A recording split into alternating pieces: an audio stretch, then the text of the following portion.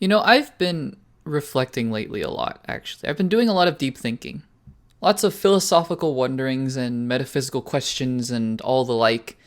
And I've just been reflecting on how happy I am to have the original trilogy here and to be talking about them.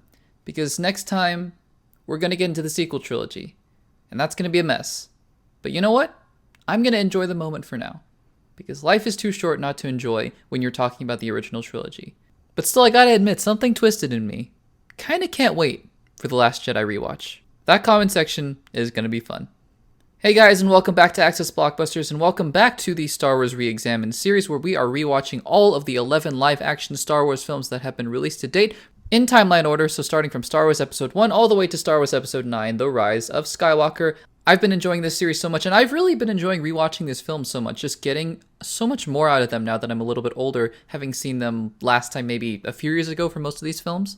And so I've been really enjoying them, and I hope that you guys have been too. Let me know in the comments down below whether you've been enjoying them or not. Let me know which one of them is your favorite, which one of the reviews is your favorite, which one of the videos is your favorite, which one of the movies is your favorite.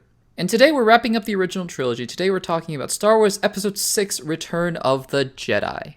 So I'll get all of my usual housekeeping out of the way very quickly. You guys know the drill by now if you've been watching this series. These are full spoiler discussions, so if you haven't seen the films, then save this video for later, come back to it once you've seen them. The format of these reviews is basically I give some context as to my background with the film, what I used to think about it, sort of my upbringing and my general thoughts about the film before I had rewatched it. Then we get into the story, we go beat by beat, basically scene by scene, talking about all the good things, the bad things, the ugly things maybe. And then at the end of the video, I give my updated thoughts and compare it to how I thought about the film before. Pretty simple, 3 acts, and we're here just to have a good time to talk about what I think are good films.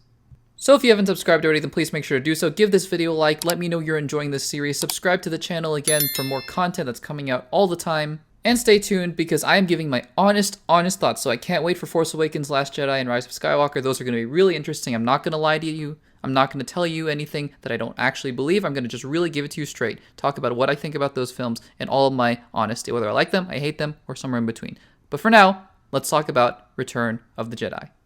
So it's funny because I talk about the other two films, Star Wars A New Hope and Star Wars The Empire Strikes Back, and even those two films, I had only seen maybe a handful of times because like I mentioned before, I really grew up on the prequel trilogy, but really more so than the prequel trilogy, I grew up on Star Wars The Clone Wars, and then subsequently the sequel trilogy. So of course I had seen the original trilogy a few times, because it's the original trilogy, it's Star Wars, of course I had seen it.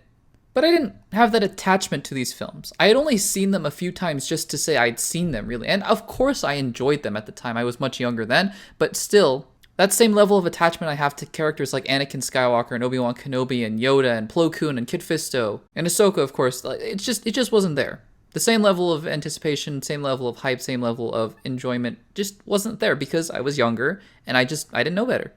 And that's part of the reason, like I say in all these videos, that I'm really doing this rewatch series to really see now how I feel about them now that I'm older. But even within those 3 films, A New Hope and The Empire Strikes Back had stuck with me a lot more than Return of the Jedi. For whatever reason, I just could never really remember what I had remembered thinking when watching Return of the Jedi. Obviously, I know now, having read all these things and knowing the canon of Star Wars forward and backwards, I know the story, right? I know the second Death Star, I know the Ewoks, I know the Emperor and all that kind of stuff. So it's knowledge, but there's no memory attached to me viewing any of that, really, because I had seen The Return of the Jedi a long time ago, and for whatever reason, it hadn't stuck with me. Now, I know a lot of people on the internet, and a lot of people that I listen to, a lot of people that I talk to, who grew up watching the original trilogy. A lot of people actually say Return of the Jedi is their favorite. A lot of people don't. A lot of people say it's their least favorite out of the original trilogy, but a lot of people do say it's their favorite. And so I was very curious to rewatch Return of the Jedi after loving The Empire Strikes Back and really quite liking A New Hope to see what I would think about Return of the Jedi. And here's what I'll say about Return of the Jedi before we get into the story.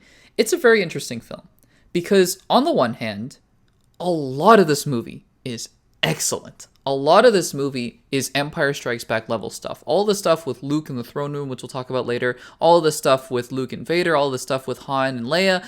It just works. The final Death Star run at the end of the movie is really some of the best action you've ever seen in Star Wars. I just loved the final Death Star run with Lando. But some of this movie is weird. And I mean, I know, I get it. It's a little more kid-friendly, I guess. But some of this movie is just strange, I guess. Like, there are some choices made that I'm like, that's interesting, whoever made that choice, whether it was director Richard Marquand or whether it was George Lucas. I'm like, oh, okay, interesting. So you have this case here, almost like Revenge of the Sith, where a lot of the movie's really good. I'm not saying, by the way, Revenge of the Sith is as good as Return of the Jedi. I mean, I might be, but I'm not. You'll have to wait until the ranking to find out. But I'm just comparing it in terms of the fact that I think a lot of Revenge of the Sith is really good, but there are some moments in that film where you just go, oh, no, no, no, no, that is bad filmmaking. And while nothing in Return of the Jedi really is that bad, and a lot of the stuff is much better than Revenge of the Sith, it's that same kind of ratio almost of every once in a while you'll be watching a scene and you'll kind of go, wait, what are we doing here? What's happening? So jumping into the story, we pick up basically pretty soon after Empire Strikes Back, maybe a few months, maybe a year, I don't know, but pretty soon after Empire Strikes Back, and you have the entire first maybe 30 minutes or so is devoted to the Tatooine rescue with Jabba the Hutt.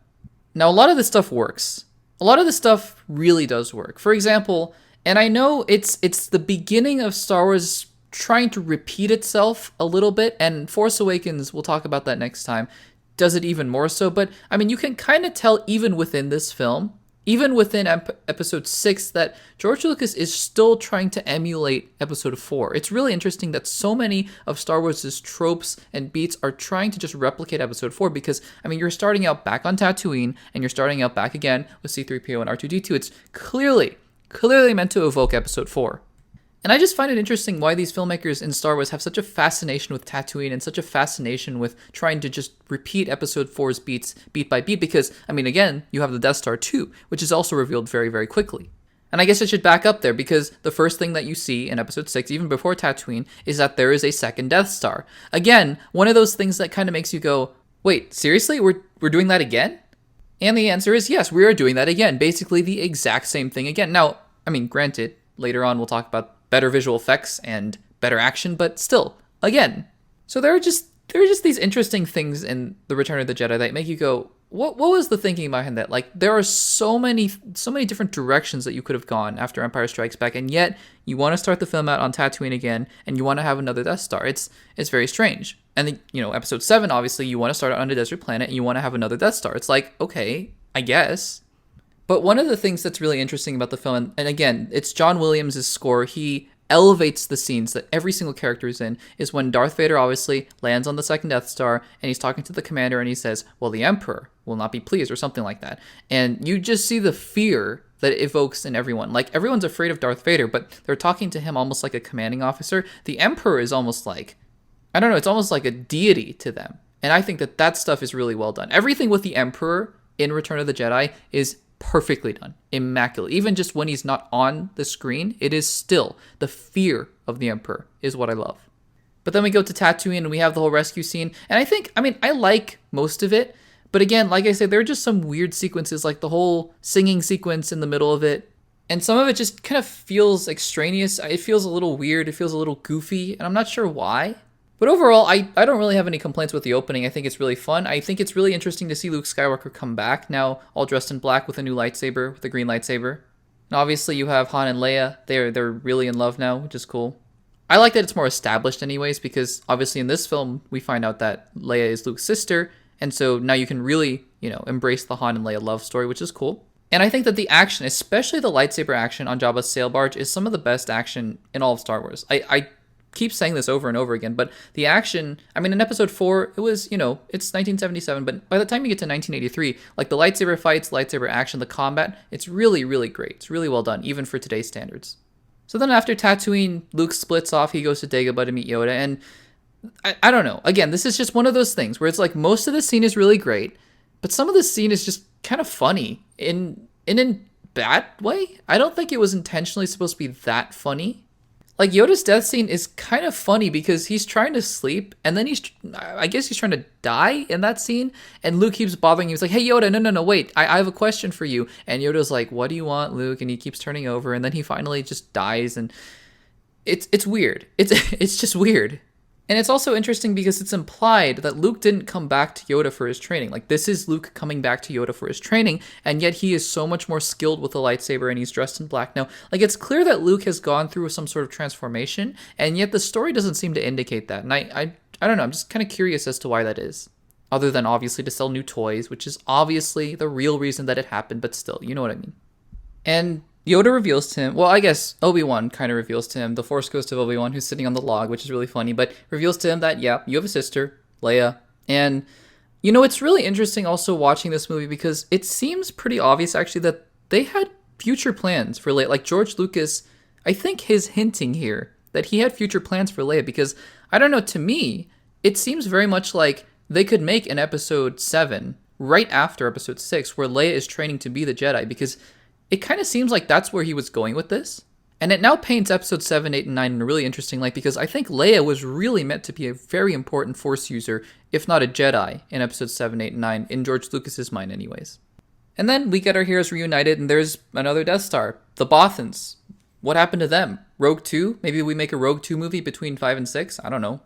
I mean, it would obviously kind of be a rehash of Rogue One, but it's also kind of interesting because later Emperor Palpatine reveals that he set up the Bothans to basically give them the information. So it would be a little bit of a twist, I guess. But I mean, I'm just kidding. I'm being facetious. But obviously, you never know. They might actually just greenlight a Bothans movie for all I know.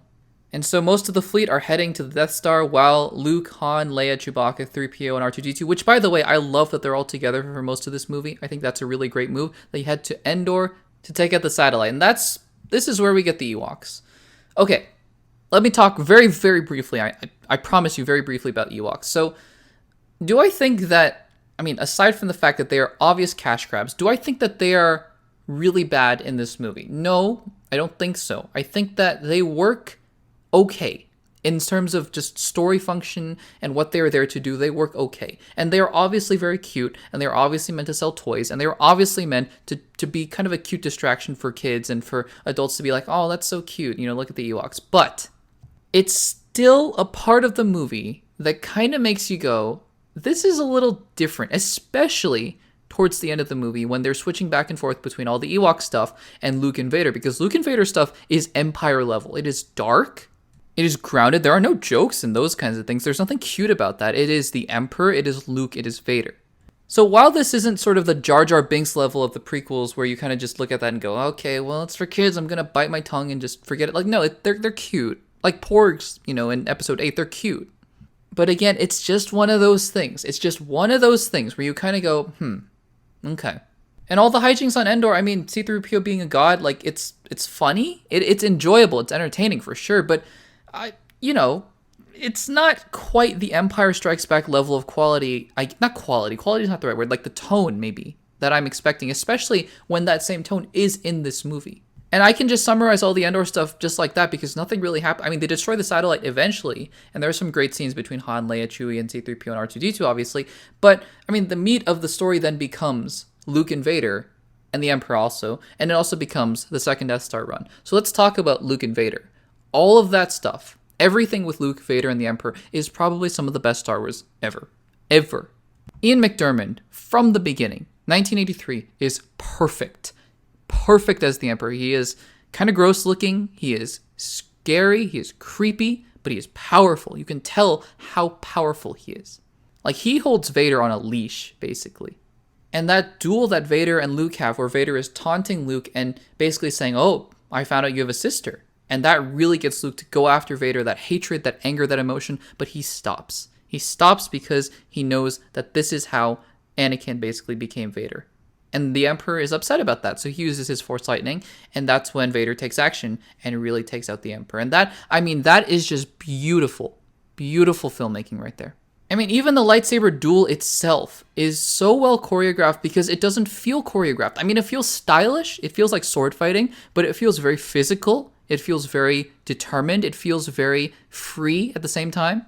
That you look at it and go, like, this is how people would fight with lightsabers. Episode 4, again, I keep going back to episode 4 because it's 1977, but still, it's like they're poking each other with glowing sticks. But this is sword fighting, and this is really what Star Wars is. This is probably, I would say, and I don't know this yet. I haven't seen 7, 8, and 9 again, and Clone Wars stuff, because the Maul Ahsoka fight is really great. But this is probably, right now, the best Star Wars duel, lightsaber duel, in all of Star Wars for me. Jumping back to the Death Star run, the second Death Star run, it's very clear, obviously, that they were basically trying to do the similar thing to Episode 4, but they were really improving on the visual effects and really improving on the action. And yeah, I mean, the ships flying around Death Star, it looks really good. Even in the 2020s, it looks really good. Love the ending with the Millennium Falcon blasting out of the Death Star. It's just a great image. Again, it's the same thing as episode 4. It's kind of getting old at this point, but still it's enjoyable enough. And then you get episode 7 and it's really getting old, but again, we'll get to that next time. But I just, the way this movie ends, right? Like, it feels triumphant. It feels hopeful. You feel just so satisfied. And I'm going to transition here into how I think about the film now compared to how I think about the movie before. Look, it's not a perfect movie in my eyes. Like, The Empire Strikes Back is nearly flawless in that, I can't really pick it apart. And there are films like Captain America the Winter Soldier that I think are nearly flawless in terms of execution that maybe I just don't enjoy as much as other films. But The Empire Strikes Back is not that case. Like, it is nearly flawless and I enjoy watching it a lot. Return of the Jedi I think it has a lot of problems and maybe mostly tonally, it has some dissonance in there. But I'm not going to lie to you and say even the stuff that I go, okay, the Ewoks are kind of weird and the Tatooine stuff is kind of weird and maybe just trying to be cheesy and cute and goofy or whatever, it's still enjoyable. There is nothing in this movie, almost nothing in this movie, that is not enjoyable. And that's something that, while yes, I have to acknowledge that there are things I don't like about the movie, I have to say overall, it is one of the most satisfying experiences I had watching a Star Wars movie to date, including the prequels, including Rogue One, Solo, including the original trilogy. And that's something I'm going to carry with me now, because I didn't have that lasting memory of Return of the Jedi in the past, but now I have this memory of just being happy and being so satisfied at the ending of this trilogy. Maybe it's because of the trilogy, maybe it's because of this film alone, but I just feel good after having watched Return of the Jedi. I really enjoyed it. I really, really did. Is it my favorite Star Wars film of all time? Well, you're going to have to stick around to the channel and listen to the rankings, wait for the ranking videos, tier lists to find out. And with that, guys, we have wrapped up the original trilogy. We have wrapped up the first 8 live-action Star Wars films, and we are moving on to the sequel trilogy. It's going to be interesting. Force Awakens, Last Jedi, Rise of Skywalker, each one of them is going to be interesting in their own right. But we will get to that next time, and I can't wait. So in the meantime, what do you guys think of Return of the Jedi? Is it your favorite Star Wars film? Is it your least favorite Star Wars original trilogy film? Is it your least favorite Star Wars film of all time? Let me know in the comments down below. I'd love to hear your guys' thoughts. Thank you guys so much for your support on this series. It really means a lot to me. I really appreciate it. And make sure to subscribe, give this video a like, and I will see you guys next time for The Force Awakens.